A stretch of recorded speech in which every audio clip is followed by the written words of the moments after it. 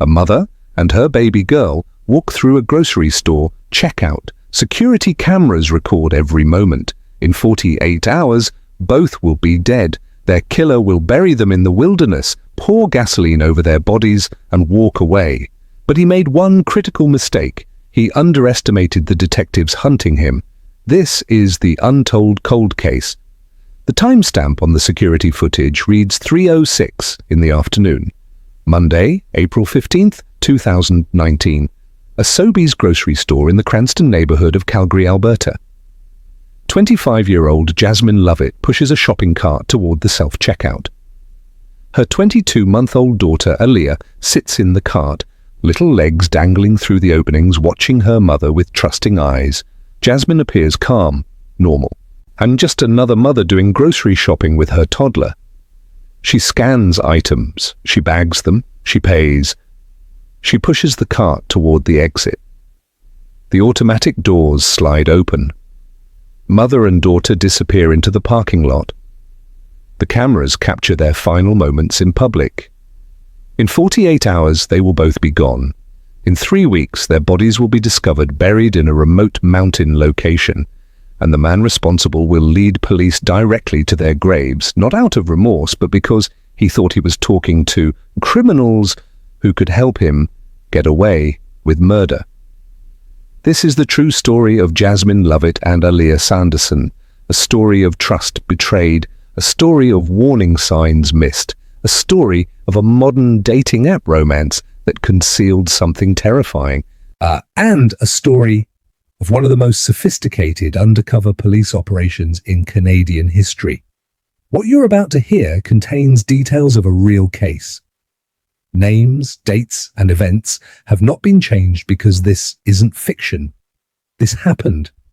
And it's important that we remember not just how these two innocent lives were taken, but why it matters that we learn from their story. Let me take you back to the beginning. Jasmine Lovett was born in Calgary, Alberta. She spent all 25 years of her life in the city she loved, standing 5 feet 4 inches tall with brown hair and brown eyes. She was described by everyone who knew her using remarkably similar words: quiet, loving, caring, devoted. But above everything else, Jasmine was a mother. Her own mother, Kim Blanquette, would later stand in a courtroom and tell a judge, "She was the best mom. She really loved being a mom." The emotion in her voice was palpable, the loss immeasurable. Jasmine's sister Genevieve painted a picture of someone who valued family above all else. Regular phone calls, weekly family dinners, always present, always engaged, never too busy for the people she loved. But it was Jasmine's relationship with her daughter that truly defined who she was as a person. From the moment Aaliyah was born, Jasmine's world revolved around that little girl. Every decision was made with Aaliyah in mind. Every plan included her daughter. They were inseparable in the truest sense of the word. Aaliyah Sanderson had just celebrated her 22-month milestone. Not quite 2 years old yet, but already showing the personality and spirit that made everyone around her smile. See, her biological father was Robbie Sanderson, who had separated from Jasmine several months before the events of April 2019. This is important to note because when Jasmine and Aaliyah disappeared, Robbie cooperated fully with police. He was never considered a suspect. He had stepped back from Jasmine's life, but he had never stopped caring about his daughter. Aaliyah's paternal grandmother, Jody Sanderson, would later describe Jasmine as a really attentive and caring mom who always put her daughter first in everything she did. This wasn't just a grieving relative speaking kindly about the deceased. This was the truth that everyone acknowledged. Jasmine was an exceptional mother. The toddler attended daycare regularly. Her developmental milestones were all being met on schedule. She had started walking early, Morty showing an eagerness to explore her world. She tried to sing before she could even talk properly, her little voice attempting melodies she heard on television or that her mother sang to her. Her aunt, Genevieve, would later remember her as like a little angel with a really, really cute laugh. The kind of laugh that made adults stop what they were doing just to hear it again. The kind of laugh that filled a room with joy. Jasmine had chosen to be a stay-at-home mother. Every waking moment was dedicated to Aaliyah. They went to the park together, they read books together, they colored and played and explored the world together. Where one went, the other followed, always together, always safe. Or so Jasmine believed, which made their disappearance so much more terrifying for everyone who knew them. Because if you knew Jasmine, you knew she would never just leave, and she certainly would never leave without her daughter. Now let's talk about how Robert Andrew Leeming entered their lives. In September of 2018, Jasmine did what millions of single parents do in the modern world. She downloaded a dating app. She was 24 years old, a single mother, and she was hoping to find companionship, maybe love, maybe someone who could be a positive presence in both her life and Aaliyah's life. She matched with a man named Robert Andrew Leeming, 34 years old at the time, a British national who had become a permanent resident of Canada. He worked as a heavy-duty mechanic, which seemed like a stable, respectable profession. He owned a townhouse in the Cranston neighborhood of southeast Calgary, which suggested financial stability. On paper, then he looked like a catch, a homeowner with a steady job who seemed interested in getting to know her. They started chatting, then they started dating. And according to Jasmine's sister Genevieve, things moved remarkably fast, too fast in retrospect. Within approximately 1 month of meeting online, Jasmine and Aaliyah moved into Leeming's townhouse. 1 month, 30 days, from meeting a stranger on an app to moving yourself and your toddler daughter into his home. Now, I'm not saying this to judge Jasmine. People fall in love quickly. People make decisions that seem right at the time. People trust their instincts, and sometimes those instincts feel absolutely certain. Jasmine wasn't naive or foolish. She was a young mother hoping to build a life, hoping to find partnership, hoping to give her daughter a family unit. But the speed of the relationship should have been a warning sign, and there were many more warning signs to come. The relationship was complicated from the very beginning. Although they were romantic partners, or at least that's what Jasmine believed, she paid rent to Leeming. She covered her own expenses. She contributed to household costs. In many ways, the arrangement felt more like landlord and tenant than boyfriend and girlfriend. This created confusion among friends and family. Some people who interacted with them thought they were just roommates. Others were certain they were a couple. The truth was somewhere in the middle, and that ambiguity would later prove crucial to understanding what happened. By all accounts from people close to Jasmine, the relationship was unstable. There were frequent arguments, tension, the kind of emotional volatility that makes everyone around you uncomfortable. Jasmine had texted her sister at one point, expressing her unhappiness. "It's not working out and I'm not happy," she had written. The text message was clear. She recognized the relationship wasn't healthy. She wasn't satisfied. She was considering her options, but she stayed. Why did she stay? That's a question her family has asked themselves 1,000 times. That's a question people always ask when they look at domestic situations from the outside. Why didn't she just leave? But leaving is never simple. There are financial considerations. There are emotional investments. There's hope that things will improve. There's fear of being alone again. There's concern about disrupting your child's life. There are 1,000 reasons why people stay in relationships that aren't working. And sometimes staying costs everything. What Jasmine didn't know, what nobody knew, was that Robert Leeming had a history, a disturbing, violent history that should have immediately disqualified him from being anywhere near Jasmine or Aaliyah. Let me tell you about Robert Leeming's past, because this is where the story becomes even more chilling.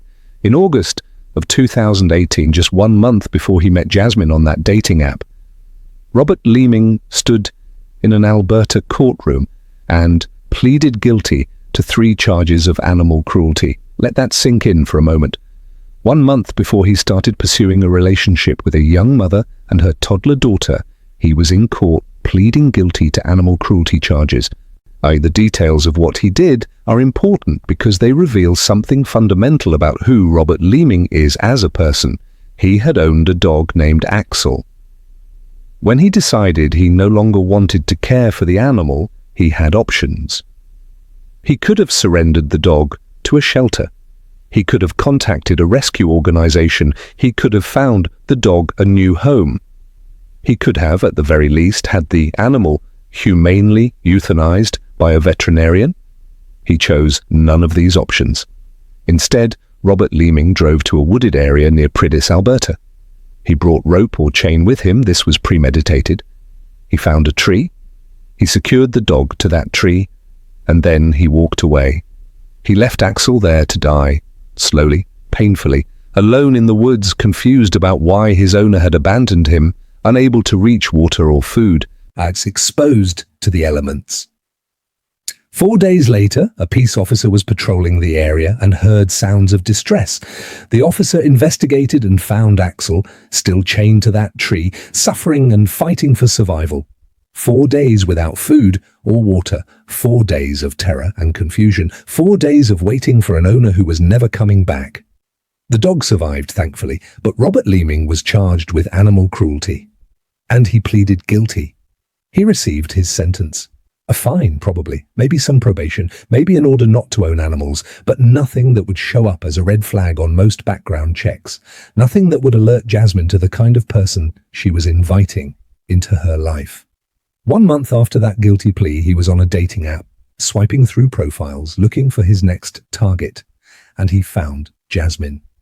The animal cruelty wasn't the only warning sign in Robert Leeming's past. It was just the tip of a very disturbing iceberg. Robert Leeming had been married before. In 2017, he went through a divorce. The court granted his ex-wife full custody of their child. That alone tells you something.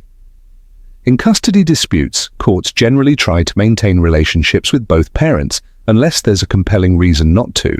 For a mother to be granted full custody with the father getting limited or no access, there usually has to be evidence of behavior that would be harmful to the child. And indeed, in her court filings during the divorce proceedings, Leeming's ex-wife painted an absolutely terrifying picture of the man she had once loved and married.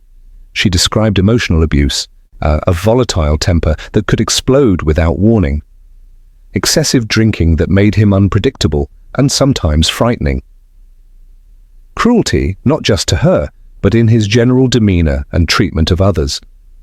She accused him of stalking her after their separation, following her, showing up places where he knew she'd be, making her feel unsafe in her own life. She expressed deep, explicit concern about his growing weapons collection, not just a few guns for hunting or sport shooting. We're talking about an arsenal, an obsession. According to his own divorce affidavit, and remember this is information that Robert Leeming himself provided to the court, his weapons collection included 2 handguns, 1 shotgun, and approximately 60 knives that he had been collecting since he was 7 years old. All of these weapons were stored in a gun safe in his garage. 60 knives. Think about that. Who needs 60 knives? What kind of person starts collecting knives at age 7 and continues for decades until they own 60 of them? But the most chilling discovery his ex-wife made was what she found on his computer. While going through Leeming's internet search history during the divorce proceedings, she found articles he had been researching. One article was about chaining a dog to a tree. He had apparently been researching this method before he actually did it to Axel. This wasn't an impulsive act of frustration. This was premeditated animal cruelty. But it was the other article that truly terrified her. It was a news story about a mother and child who had died in a house fire. Why would Robert Leeming be reading about mothers and children dying in fires? His ex-wife came to a horrifying conclusion. She told the court that she believed Robert Leeming had been planning to murder her. Whether that's true, we'll never know. He never acted on any such plan against his ex-wife, assuming it existed. But the pattern of behavior, the stalking, the weapons collection, the internet searches, the animal cruelty, painted a picture of someone capable of terrible things. This was the man Jasmine Lovett welcomed into her life and her daughter's life. But there was one more secret Robert Leeming was keeping from Jasmine, one more betrayal that would help establish his motive for what he was about to do. Unknown to Jasmine, Robert Leeming had been seeing another woman, as he had been in this relationship for 5 months before the events of April 2019. While Jasmine believed she and Leeming were working on their relationship, while she hoped they might eventually marry and create a stable family for Aaliyah, Leeming was maintaining a completely separate romantic relationship with someone else. He was living a double life, Jasmine and Aaliyah in his townhouse, another girlfriend elsewhere, and apparently he was telling each woman something different about his situation. Leeming would later claim, after everything happened, that by January of 2019, he and Jasmine were no longer romantically involved. According to him, they were just friendly roommates sharing a space. She paid rent. They cohabitated. But there was no romantic relationship anymore. But people who knew Jasmine tell a different story. They say she still loved him. She still hoped for a future together. She still believed they were working towards something. And that hope, that belief in a future that Robert Leeming had no intention of providing, would cost Jasmine and Aaliyah their lives. Easter was approaching in April of 2019. For Jasmine's family, this meant planning their annual Easter celebration. Family gatherings were important to Jasmine. She never missed them. She always made sure to be there, to bring Aaliyah, to participate in the traditions they had maintained for years. On Sunday, April 14th, 2019, Jasmine, Aaliyah, and Robert Leeming attended a family gathering together. Leeming came with them. To Jasmine's family, they seemed like a couple, a little family unit. And they had no reason to think otherwise. It was the last time Kim Blankert would ever hear from her daughter, the last time she would see her granddaughter alive, the last normal family moment before everything changed forever. The next day, Monday, April 15th, surveillance cameras at the Sobeys grocery store in Cranston captured Jasmine and Aaliyah shopping together. The timestamp read 3:06 p.m. Jasmine appeared completely normal. She was doing what she always did, taking care of her daughter, buying groceries, managing her household responsibilities. Aaliyah sat in the shopping cart, probably chattering in her toddler way, probably excited about the colorful packages around her. Just a normal Monday afternoon for a mother and daughter. It was the last time anyone outside that townhouse would see them alive. On Tuesday, April 16th, Robert Leeming picked up Aaliyah from daycare at the usual time. The daycare workers noted nothing unusual. He seemed like his normal self. He wasn't acting nervous or suspicious. He collected Aaliyah, put her in the car, and drove away. The daycare workers had no reason to be concerned. Why would they be? He was Jasmine's boyfriend. He had picked up Aaliyah before. Everything seemed routine, but it wasn't routine, because Jasmine wasn't at home waiting for her daughter. Or if she was, she wouldn't be waiting much longer. Investigators would later determine, based on all available evidence, that Jasmine Lovett and Aaliyah Sanderson were murdered sometime between April 16th and April 17th, 2019. What exactly happened inside that townhouse during those hours remains known only to Robert Leeming. He has never provided a complete or honest account of the events. Even his eventual confession was self-serving and minimizing. But the physical evidence would later tell a story of violence, a story of terror, a story of a young mother fighting for her life and trying to protect her daughter, a story of a 22-month-old child witnessing something no child should ever see, a story that ended with 2 bodies wrapped in tarps or blankets, loaded into a vehicle and driven into the mountains to be buried like garbage. Friday, April 19th, 2019. Good Friday, a day that should have been about family and celebration and the promise of spring. Jasmine's family had planned their Easter dinner gathering. Everyone was expected to attend. Jasmine and Aaliyah were supposed to be there. The family was looking forward to seeing them, to spending time together, to watching Aaliyah play with her cousins. But they never showed up. At first, the family probably thought there was a reasonable explanation. Maybe Aaliyah was sick. Maybe Jasmine had lost track of time. Maybe they'd gotten the date wrong somehow. But Jasmine's sister started calling. The phone rang and rang. No answer. She tried again. Nothing. She sent text messages. They went unanswered. She reached out on Facebook. Silence. This wasn't like Jasmine at all. She always answered her phone. She always responded to texts. She was reliable and considerate. If she couldn't make it to a family event, she would let everyone know. She wouldn't just not show up without any explanation. When the concerned sister decided to drive to the Cranston townhouse to check on Jasmine and Aaliyah in person. Maybe Jasmine's phone had died. Maybe there was a simple explanation. She arrived at the townhouse and knocked on the door. After a moment, Robert Leeming answered. He seemed normal, calm, not nervous or suspicious, just a guy answering his front door. The sister asked where Jasmine and Aaliyah were. Leeming had his answer ready. He told her that Jasmine and Aaliyah had gone to a wedding in Medicine Hat. He wasn't sure exactly when they would be back. Probably in a few days. A wedding in Medicine Hat. It was a plausible excuse. Medicine Hat is a city in southern Alberta, about 3 hours from Calgary. People do attend weddings there. It wouldn't be completely out of the ordinary for Jasmine to take Aaliyah to a wedding. Except Jasmine hadn't mentioned any wedding to her family. She hadn't told anyone she was planning to go to Medicine Hat, and she definitely wouldn't have missed their family's Easter gathering for a wedding without telling anyone. The sister left, but something felt off. That nagging feeling that something wasn't right. That instinct that something was wrong, even though she couldn't quite put her finger on what it was. Over the next several days, that feeling only grew stronger. No one heard from Jasmine. Not her mother. Not her sister. Not her friends. All of her social media had gone completely silent. Her Facebook account, which she checked regularly, showed no activity. Her Instagram, where she frequently posted pictures of Aaliyah, had nothing new. For anyone who knew Jasmine, this was completely out of character. She was in constant communication with her family. She posted about her daughter constantly. She was active and present in her loved ones' lives. Her disappearance from everyone's life was sudden and complete, and it was terrifying.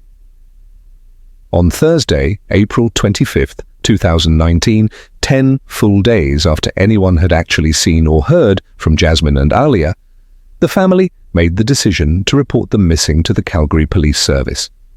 This is an important timeline point. 10 days had passed since that security camera footage from the grocery store. 10 days since anyone outside of Robert Leeming's townhouse had confirmed visual contact with Jasmine or Aaliyah. 10 days during which anything could have happened. Detective Christine Sheen was assigned to investigate the missing persons report. She was an experienced investigator who had worked many cases involving missing persons, and she immediately recognized the red flags in this situation. A mother and her toddler missing together, that's extremely unusual. Mothers don't just disappear with their children without telling anyone, especially mothers like Jasmine, who were deeply connected to their families. No activity on phone records, no credit card usage, no social media posts, complete radio silence. These weren't good signs. In fact, they suggested something very bad had happened. Detective Sheen began interviewing people who knew Jasmine, family members, friends, the daycare workers, Aaliyah's biological father. Everyone painted the same picture. This disappearance was completely out of character. Jasmine would never just leave without telling anyone. And every single person pointed toward the same suspect, Robert Leeming. When Detective Sheen interviewed Leeming, his behavior and his stories were immediately suspicious. His story kept changing. The details didn't remain consistent. He seemed to be making things up as he went along. First, he told police that Jasmine and Aaliyah had gone to a wedding in Medicine Hat. He couldn't provide any details about whose wedding it was or when they would return. Then the story changed. Now they had gone camping. Jasmine had decided to take Aaliyah camping somewhere. Again, no specific details, no location, no timeline for their return. Then the story changed again. This time, Leeming claimed that Jasmine had met someone online, a new man, and had run away with Aaliyah to start a new life with this person. She had just abandoned her family and everything she knew to be with some stranger she met on the internet. None of these stories made any sense. None of them fit with who Jasmine was as a person. None of them explained why she would cut off all contact with her family. None of them explained why she would miss Easter, why she would stop posting about her daughter, why she would disappear completely. But more importantly, none of the stories could be verified. Leeming couldn't provide the name of whose wedding Jasmine had attended. He couldn't say where she had gone camping. He couldn't identify who this mysterious online man was that Jasmine had supposedly run away with. Detective Sheen knew she was being lied to. The question was why? What was Robert Leeming hiding? The detective obtained a search warrant for Leeming's townhouse. What if Jasmine and Aaliyah had simply left for a wedding or camping trip or to start a new life? There would be signs. Clothing missing, suitcases gone, personal items packed up. When the forensic team entered that townhouse, what they found told a very different story. Jasmine's cell phone was still there. In 2019, nobody leaves their phone behind. Your phone is your lifeline, your connection to the world, your camera full of pictures of your child. Jasmine would never have willingly left her phone behind. Her wallet was there. Her identification was there. Her credit cards were there. Her money was there. How do you run away to start a new life without money or identification? Her car was still parked outside the townhouse. How did she leave without her vehicle? All of Aaliyah's belongings were still in the house. Her clothes, her toys, her diapers, everything a toddler needs for daily life was right there. A mother doesn't take her child on a trip, whether to a wedding, a camping excursion, or to start a new life, without packing the child's essential items. The evidence was overwhelming. Jasmine hadn't left. She hadn't gone to a wedding. She hadn't gone camping. She hadn't run away with someone new. She had never walked out that front door. But the forensic team found something else, something that confirmed Detective Sheen's worst suspicions. Someone had recently attempted to clean the townhouse extensively. There was evidence of chemical cleaning products used in quantities that went far beyond normal house cleaning. Certain areas showed signs of having been scrubbed aggressively.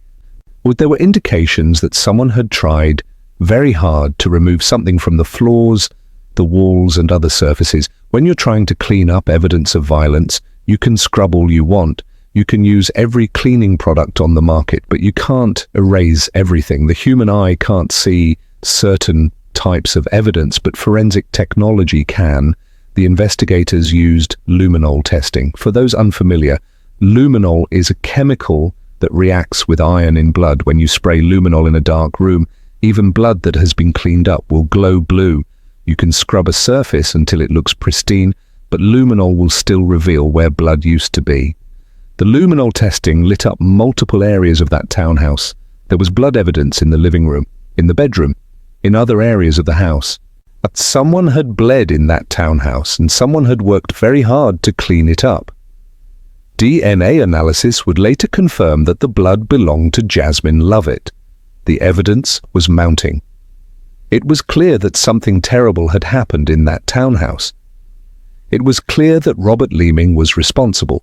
It was clear that Jasmine was almost certainly dead, and Aaliyah along with her.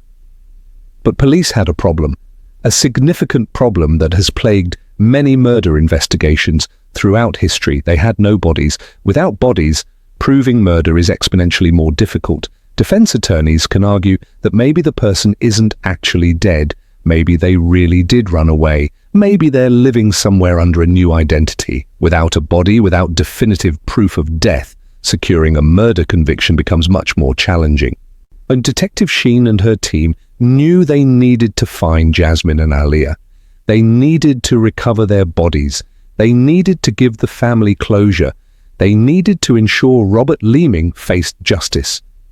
So they made a bold decision. They decided to launch one of the most sophisticated and controversial undercover operations in Canadian law enforcement history. They were going to get Robert Leeming to confess, and they were going to get him to tell them where he had buried the bodies. On May 2nd, 2019, Robert Leeming was arrested.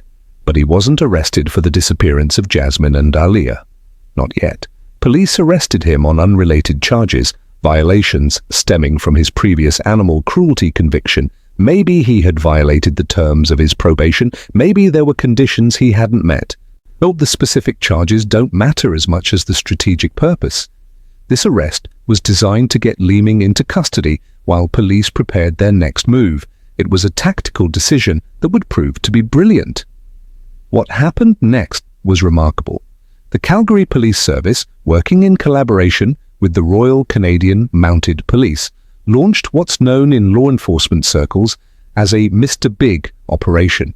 If you're not familiar with this technique, let me explain how it works because it's both fascinating and controversial. A Mr. Big operation is a highly sophisticated long-term undercover technique used primarily in Canada. The operation involves creating an elaborate fictional criminal organization. Undercover officers, pretending to be criminals, gradually befriend the suspect and recruit them into this fake criminal enterprise. Over days or weeks, the undercover officers build trust with the suspect. They offer the suspect work, usually simple tasks like picking up packages or delivering items. They pay the suspect money, giving them a sense of financial security and making them feel valued. They create a sense of belonging, of being part of something bigger, of having found people who accept them. The suspect meets various members of this criminal organization, all of whom are actually undercover police officers, though the suspect doesn't know this. The organization appears sophisticated and successful. The criminals seem to have money, power, and connections. Eventually, the suspect is introduced to the organization's boss, the Mr. Big character. This is typically the highest-ranking undercover officer in the operation. Mr. Big is portrayed as a powerful criminal figure with the resources and connections to solve problems and protect members of the organization. At this point, when trust has been established and the suspect feels dependent on and loyal to the organization, Mr. Big explains that there's a problem. The organization needs to know about any legal troubles the suspect might have. They need to know what really happened. They can't have any surprises that might jeopardize the organization. The suspect, believing they're talking to powerful criminals who can protect them, often confesses to their crimes. They believe Mr. Big has the resources to make evidence disappear, to intimidate witnesses, to ensure they never face consequences. It's controversial because critics argue it could lead to false confessions. Could someone confess to a crime they didn't commit just to impress these criminals and maintain their position in the organization? Canadian courts have ruled that Mr. Big operations are legal but must be carefully conducted to avoid coercion or inducing false confessions. In this case, the operation was meticulously planned and executed. For several days after his arrest on the technical violations, Robert Leeming was befriended by people he believed were members of a sophisticated criminal network. These undercover officers were consummate professionals. They played their roles perfectly. They made Leeming feel welcomed, valued, and protected. They offered him work, simple tasks at first, picking something up here, dropping something off there. Nothing too complicated. But each task came with payment, cash in hand, money that Leeming probably needed, especially if he had legal expenses mounting. They introduced him to other members of the organization. They made it seem like this was a vast network with resources and reach. They made Leeming feel like he had found powerful allies. And then, on May 6, 2019, they made their move. The undercover officers told Leeming that he needed to meet with the boss, the Mr. Big character. This was portrayed as a significant moment, an opportunity for Leeming to become a full member of the organization, to secure his position, to ensure his future. But first, Mr. Big explained, they needed to know everything about his situation with the missing woman and child. They couldn't help him if they didn't know the truth, or they couldn't protect him if there were secrets. They needed to know exactly what had happened. They needed to know where the problem was buried. The organization couldn't afford to have police digging around. They needed to assess the situation. They needed to know if evidence could be found. They needed to decide how to protect their newest member. And Robert Leeming talked. He didn't just confess in vague terms. He didn't just admit that something bad had happened. He gave them details, specific details, details that only the person who had committed these acts would know. He told them what he had done to Jasmine. He told them what he had done to Aaliyah. He told them how he had transported their bodies. He told them where he had buried them. And then, to prove he was telling the truth, he drew them a map, and he gave them precise directions. He described landmarks they would pass. He told them exactly where to look. He led them straight to the graves. On that same day, May 6th, 2019, 3 weeks and 1 day after anyone had last seen Jasmine and Aaliyah alive, police officers drove into the mountains west of Calgary. They followed Robert Leeming's directions. They looked for the landmarks he had described, and they found exactly what he said they would find. Near Grotto Canyon, approximately 80 kilometers west of Calgary in the Canadian Rockies, investigators discovered a shallow grave. The location was remote. You had to hike to reach it. It wasn't visible from any road. You would never stumble across it by accident. Someone had chosen this location deliberately, someone who knew the area, and someone who had thought about how to hide bodies where they would never be found. But that someone had underestimated the detectives who were hunting him. The remains were badly decomposed after 3 weeks, but forensic analysis would confirm the identities: Jasmine Lovett, 25 years old, and her daughter, Aaliyah Sanderson, 22 months old, together in death as they had been in life. The bodies had been doused with gasoline before burial. This is important because it shows premeditation and an understanding of forensics. Gasoline accelerates decomposition. It destroys DNA evidence. It's used specifically to try to eliminate forensic evidence that could identify the bodies or connect them to a killer. Robert Leeming hadn't just killed Jasmine and Aaliyah in a moment of rage. He had thought about how to dispose of their bodies. He had planned it. He had executed his plan. He had driven into the mountains, found a remote location, buried them, poured gasoline over them, and walked away believing he would never be caught. But he was caught, because police didn't give up, because Detective Sheen and her team refused to accept his lies, because the Mr. Big operation had worked exactly as designed. Robert Leeming was immediately taken into custody and formally charged with 2 counts of second-degree murder. Second-degree murder means the killings were intentional but not premeditated, or at least prosecutors couldn't prove premeditation beyond a reasonable doubt. First-degree murder requires proving the killing was planned in advance. Second-degree murder means the person intended to kill but perhaps didn't plan it days or weeks ahead of time. The distinction affects sentencing, but both carry mandatory life sentences in Canada. The difference is in parole eligibility, which we'll get to later. The Calgary community was devastated by the news. Everyone had been hoping for a different outcome. Everyone had been praying that somehow Jasmine and Aaliyah would be found alive. But now the worst had been confirmed. Jasmine's family was shattered. Kim Blanca had lost her daughter and granddaughter. Genevieve had lost her sister and niece. Aaliyah's father and paternal grandmother had lost a little girl who deserved to grow up and experience all the joys of life, but at least now they had answers. At least they could bring Jasmine and Aaliyah home. At least they could lay them to rest with dignity and love, and at least Robert Leeming would face justice for what he had done. The legal proceedings that followed were complex and lengthy, as these cases often are. Justice moves slowly, and even more slowly when defense attorneys are challenging every piece of evidence and every procedure. Robert Leeming pleaded not guilty to both charges, despite having confessed during the Mr. Big operation. Despite having led police directly to the bodies, despite all the forensic evidence, he pleaded not guilty.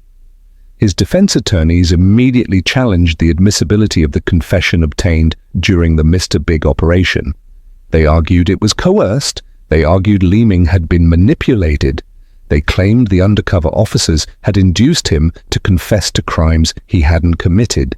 This is standard defense strategy in Mr. Big cases. The confession is usually the strongest piece of evidence, so defense attorneys attack its reliability and admissibility.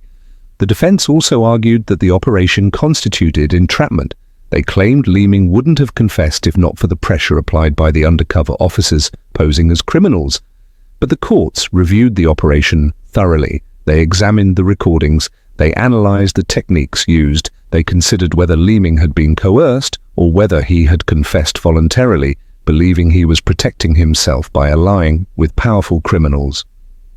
The courts ruled that the confession was admissible. The Mr. Big operation had been conducted properly. Leeming had not been threatened or physically coerced. And he had been given opportunities to refuse to talk. He had voluntarily provided the information and had led police to the bodies of his own accord. The trial was scheduled for early 2021, but like so many things, it was delayed by the global health crisis that shut down courts and delayed proceedings worldwide. Months passed, then more months. The family waited for justice. Robert Leeming sat in jail awaiting trial. The legal system ground forward at its frustratingly slow pace. Finally, in January of 2022, nearly 3 years after the murders, the trial was about to begin. Jury selection was underway. The courtroom was prepared. Witnesses were ready to testify. The family was ready to hear the evidence and see justice served. And then Robert Leeming changed his plea. He pleaded guilty to second-degree murder in the death of Jasmine Lovett. After years of claiming innocence, after challenging every piece of evidence, after forcing the family to wait and wait and wait for justice, he finally admitted what everyone already knew. He had murdered Jasmine Lovett. But here's where it gets even more disturbing. He maintained his not guilty plea for Aaliyah's murder. He admitted to killing Jasmine, but he refused to admit to killing her 22-month-old daughter. This was a calculated legal strategy, and it was morally reprehensible. His defense attorneys were arguing that while Leeming had killed Jasmine, there was no direct evidence that he had specifically harmed Aaliyah.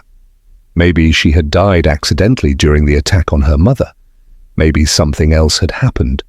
Without direct physical evidence showing exactly how Aaliyah died, they argued you couldn't prove beyond a reasonable doubt that Leeming had intentionally killed her. It was a technicality, a legal maneuver designed to potentially reduce his sentence or create grounds for appeal, and it meant the family would have to sit through a trial for Aaliyah's murder, hearing all the terrible details, reliving the trauma, just so this man could try to escape full accountability for his actions. The trial for Aaliyah's murder proceeded in February of 2022.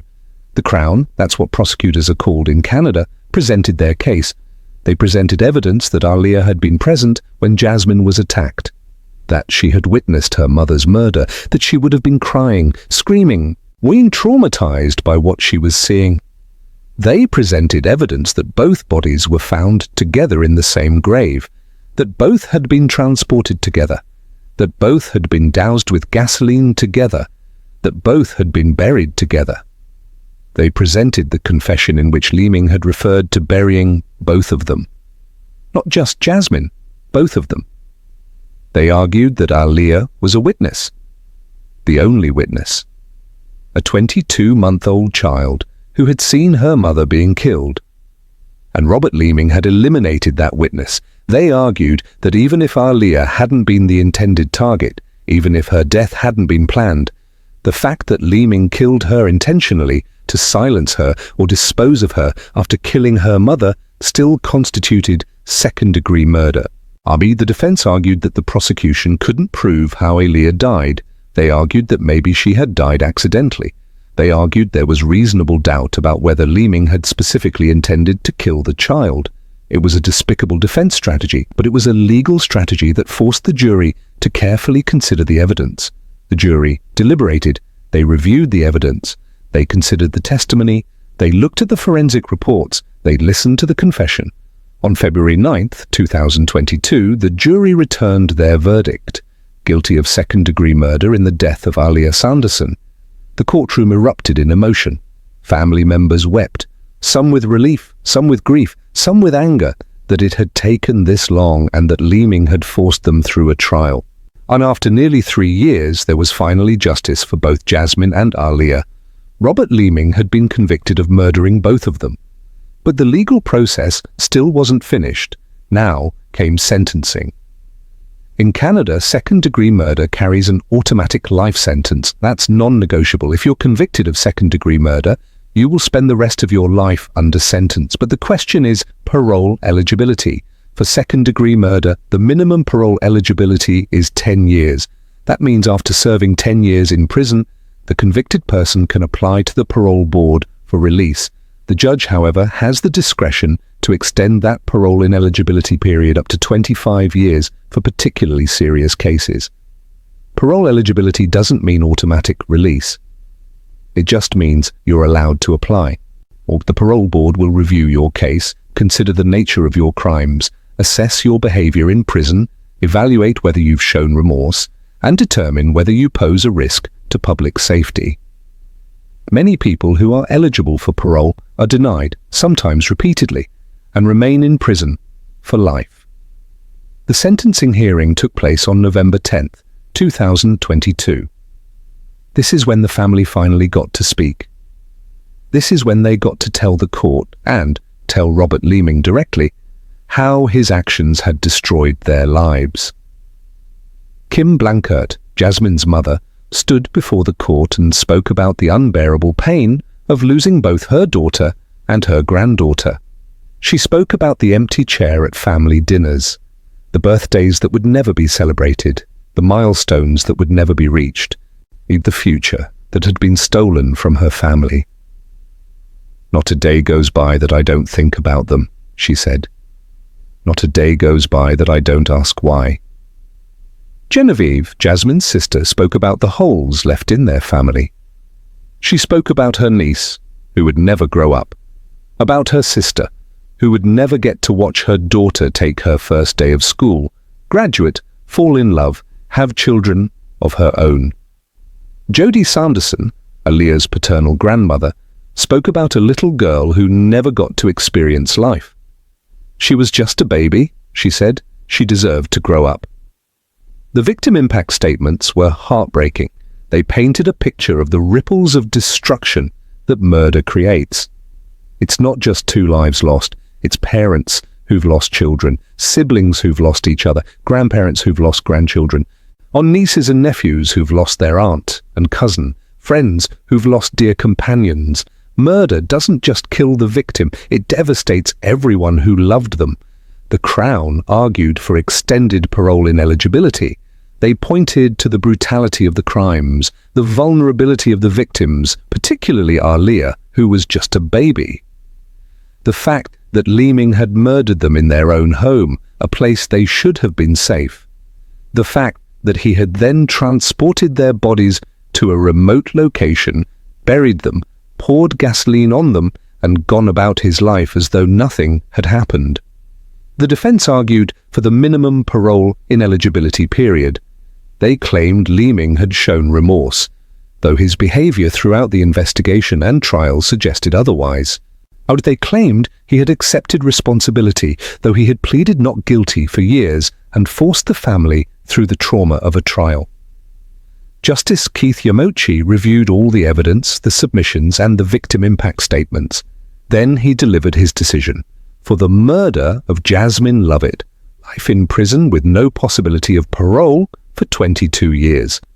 For the murder of Aaliyah Sanderson, life in prison with no possibility of parole for 17 years to be served concurrently. Concurrent sentencing means the sentence is run at the same time rather than back to back. So Robert Leeming would serve the longer sentence, 22 years before being eligible to apply for parole. 22 years, that number is significant.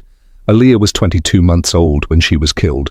The judge's sentence honors her short life by ensuring her killer serves a year of imprisonment for each month of her life.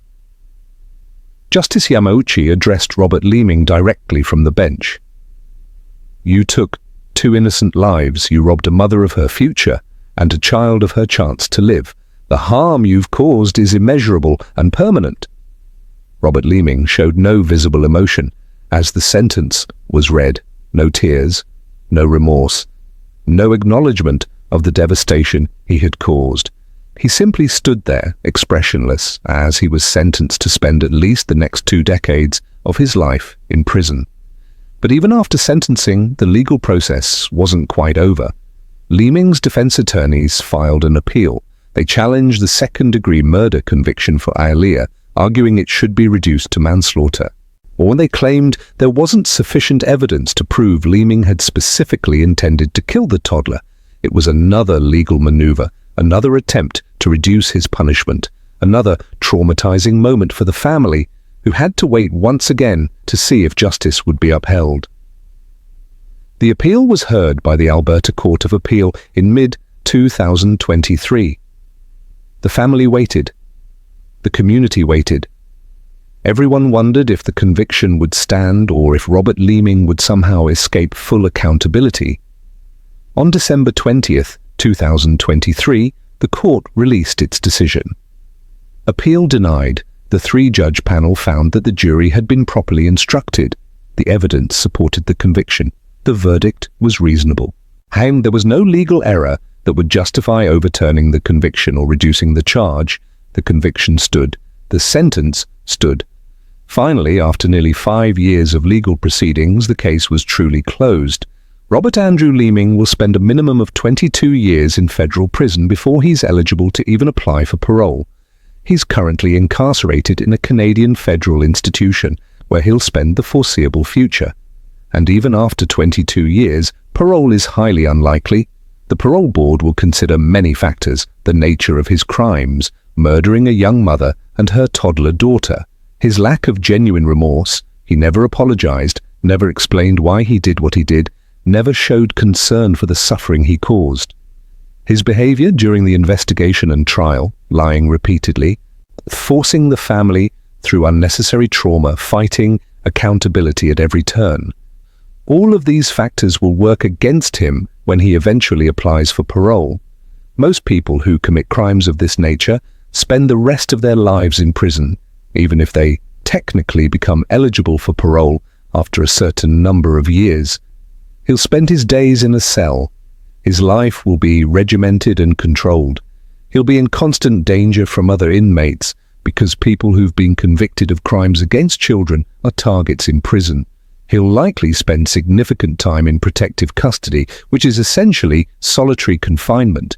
23 hours a day in a small cell with 1 hour for exercise. He'll have decades to think about what he did, to remember Jasmine and Aaliyah, to live with the knowledge that he destroyed multiple families, to understand that he threw away his own life along with theirs.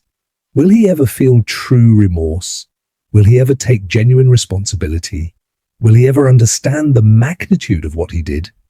We don't know. Some people are incapable of empathy or remorse. Some people are so fundamentally damaged that they'll never grasp the harm they've caused. Robert Leeming has shown no signs of genuine remorse thus far. He's never apologized, he's never explained why, he's never acknowledged the suffering beyond what he was forced to admit in court. And perhaps that's the most chilling aspect of this entire case, the complete absence of humanity in someone who from the outside appeared completely normal. He had a job, he owned a home, he dated, he functioned in society. But beneath that normal exterior was something dark and broken and capable of unimaginable cruelty. Now let's talk about legacy. Because Jasmine and Aaliyah's story doesn't end with their deaths or with their killer's conviction. Their story continues in the ways their memory is being honored and in the changes their tragedy inspired. The Calgary community rallied together in the aftermath of this tragedy. People wanted to ensure that Jasmine and Aaliyah would be remembered not just as victims, but as beloved individuals whose lives had meaning and value. The Calgary Women's Emergency Shelter made a significant decision. They created 3 pet-friendly rooms specifically named in honor of Jasmine and Aaliyah. Why is this important? Tim, because one of the major barriers preventing people from leaving abusive situations is concern about their pets. Abusers often threaten animals, they harm animals, they use animals as leverage to keep victims trapped. Many people won't leave an abusive situation if it means abandoning their pet to possible harm. The statistics on this are heartbreaking. A significant percentage of people delay leaving abusive relationships specifically because they don't have a safe place to take their animals. These pet-friendly rooms at the Calgary shelter address that barrier directly. Now, a person can escape with their dog or cat or other pet, knowing that everyone will be safe. The rooms are equipped to accommodate both people and animals. They provide safety for entire families, including the 4-legged members. So this is Jasmine and Aaliyah's legacy. Every person who leaves an abusive situation and brings their pet to safety because these rooms exist, that's Jasmine and Aaliyah still saving lives years after their deaths. The Jasmine Lovett Memorial Scholarship was also established. This scholarship helps women leave abusive relationships and start fresh. It provides financial assistance for education, job training, housing deposits, and other needs that arise when someone is rebuilding their life after leaving an abusive situation. To date, this scholarship has helped over 30 women who might have stayed in dangerous situations, 30 women who got the financial support they needed to leave and start over. 30 women who are alive and safe because of Jasmine's legacy. Every April, mutta purple ribbons appear throughout the Cranston neighborhood. Purple is the color of domestic violence awareness. These ribbons serve as a visible reminder to the community. They remind people to watch for warning signs in their own lives and in the lives of people around them. They remind people to support those who may be in danger. They remind people that domestic violence happens in their neighborhood, in their community, and they have a role to play in preventing future tragedies. A memorial plaque stands near Grotto Canyon. It's not at the exact location where Jasmine and Aaliyah were found. That remains private, out of respect for the family. But the plaque provides a place where investigators, family members, and community members can go to pay their respects, to remember, to honor two beautiful souls who were taken too soon. But perhaps the greatest legacy of all is the awareness this case has raised. Thousands of people have learned about Jasmine and Aaliyah's story, and every person who learns about this case and then recognizes warning signs in their own life or in someone else's life, that's impact, that's change, that's legacy. Every person who now takes domestic violence seriously instead of looking the other way, every person who supports a friend trying to leave an abusive relationship, every person who donates to a shelter or volunteers their time to help survivors, every person who teaches their children that violence is never acceptable, that control is not love, that everyone deserves dignity and respect. That's Jasmine and Aaliyah's legacy continuing in the world. And this case teaches us so much. It teaches us to pay attention to warning signs. Animal cruelty is often a predictor of violence against people. Robert Leeming chained a dog to a tree to die, and months later he murdered a woman and child. These behaviors are connected.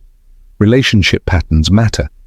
When someone moves extremely fast, wanting you to move in after a month, pressuring for commitment, isolating you from family and friends, those are red flags. Healthy relationships develop gradually with mutual respect and trust. Past behavior predicts future behavior. Robert Leeming had a history of emotional abuse, stalking, weapons obsession, and violence. His ex-wife warned the courts that he was dangerous. Those warnings were in the court record, and still, he was able to enter into another relationship and destroy more lives. We need to do better at tracking and flagging dangerous individuals. And we need to take domestic violence more seriously as a society. We need better systems for protecting potential victims before tragedy strikes. This case also teaches us about the importance of family connection. Jasmine's family knew something was wrong. They kept checking, they kept calling. They reported her missing. They pushed police to investigate. Their persistence led to answers and justice. Stay connected to your loved ones. Notice when someone's behavior changes. Trust your instincts when something feels wrong. And finally, this case teaches us that leaving an abusive relationship is complicated and dangerous. The most dangerous time for someone in an abusive relationship is when they try to leave. That's when abusers escalate. That's when violence becomes lethal. We can't ask, why didn't she just leave? We have to understand the complex reasons why leaving is so difficult and so dangerous. And we have to provide better support, better resources, and better protection for people trying to escape abusive situations. If you're watching this and you're in an abusive relationship, I want you to hear this clearly. It's not your fault. Whatever your partner has told you, whatever you've told yourself, the abuse is not your fault. You didn't cause it. You can't fix it. And you don't deserve it. Nobody deserves to be hurt, insulted, controlled, isolated, threatened, or made to feel worthless. You deserve to be safe. You deserve to be respected. You deserve to be loved in a healthy way. I know leaving is complicated. I know it's scary. I know there are financial concerns, custody concerns, and safety concerns. But please know that help is available. There are people who understand what you're going through. There are resources that can help you leave safely when you're ready. Call a domestic violence hotline. They can help you create a safety plan. They can connect you with resources. They can provide support without judgment. You don't have to have all the answers or a perfect plan. Just reach out. And to those watching who know someone in an abusive relationship, be patient, be supportive, be there. Don't judge them for staying. Don't give ultimatums. Don't push them before they're ready, because pushing can be dangerous. Just be present. Let them know you care. Let them know you'll help when they're ready. Keep checking in. Keep offering support. You might be the lifeline that saves a life. Jasmine Lovett was 25 years old when she died. She had her whole life ahead of her. She wanted to watch her daughter grow up. She wanted to be there for first days of school, graduations, weddings. She wanted to be a grandmother someday. All of that was stolen from her. Aaliyah Sanderson was 22 months old, not even 2 years old yet. She never got to go to preschool. She never got to learn to write her name. She never got to ride a bike or lose a tooth or celebrate her 3rd birthday. She never got to experience life. All of that was stolen from her. They were buried in a shallow grave in the mountains, treated like garbage by someone they had trusted, someone Jasmine had loved, someone Aaliyah had depended on for care and protection. But they were not garbage. They were precious. They were loved. They were valued. Jasmine was a devoted mother, a loving daughter, a caring sister, a good friend. She was kind and quiet and thoughtful. She put her daughter first in everything. She loved deeply and trusted completely. Aaliyah was a happy toddler with an infectious laugh. She was meeting her milestones. She was learning and growing and becoming a person. She was full of promise and potential. She was loved by everyone who knew her. They both deserved better than what they got. They deserved to live full, long, happy lives. They deserved to be safe in their own home. They deserved to trust the person they lived with. They deserved justice, and they finally got it, even though justice can never truly make things right. But their story doesn't end in that grave in the Canadian Rockies. Their story continues in the shelter rooms that bear their names, providing safety for families escaping danger. Their story continues in the scholarship that helps women leave abusive situations and start fresh. Their story continues in the purple ribbons that appear every April, reminding a community to stay vigilant. Their story continues in the awareness raised by their tragedy, in the conversations happening because of their deaths, in the education spreading about warning signs and resources. Their story continues every time someone learns what happened to them and decides to take domestic violence more seriously, every time someone recognizes red flags in a relationship and gets out before it's too late. Every time someone reaches out to help a friend who might be in danger.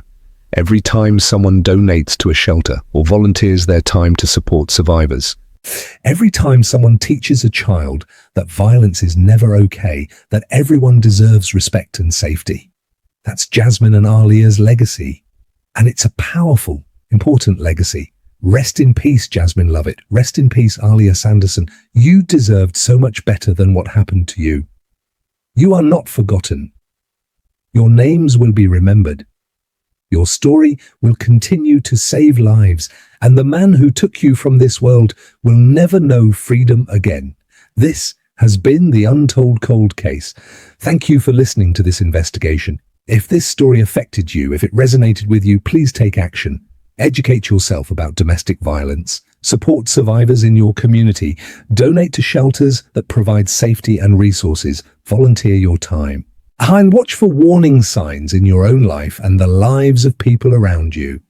If you found value in this investigation, please hit that like button so more people can find this story. Leave a comment below sharing your thoughts or experiences. And subscribe to the Untold Cold Case so you never miss an investigation. Turn on notifications to be first to know when we uncover the next story that deserves to be told. Thank you for bearing witness to Jasmine and Aaliyah's story. Remember, awareness saves lives. Stay safe out there. I'll see you in the next investigation.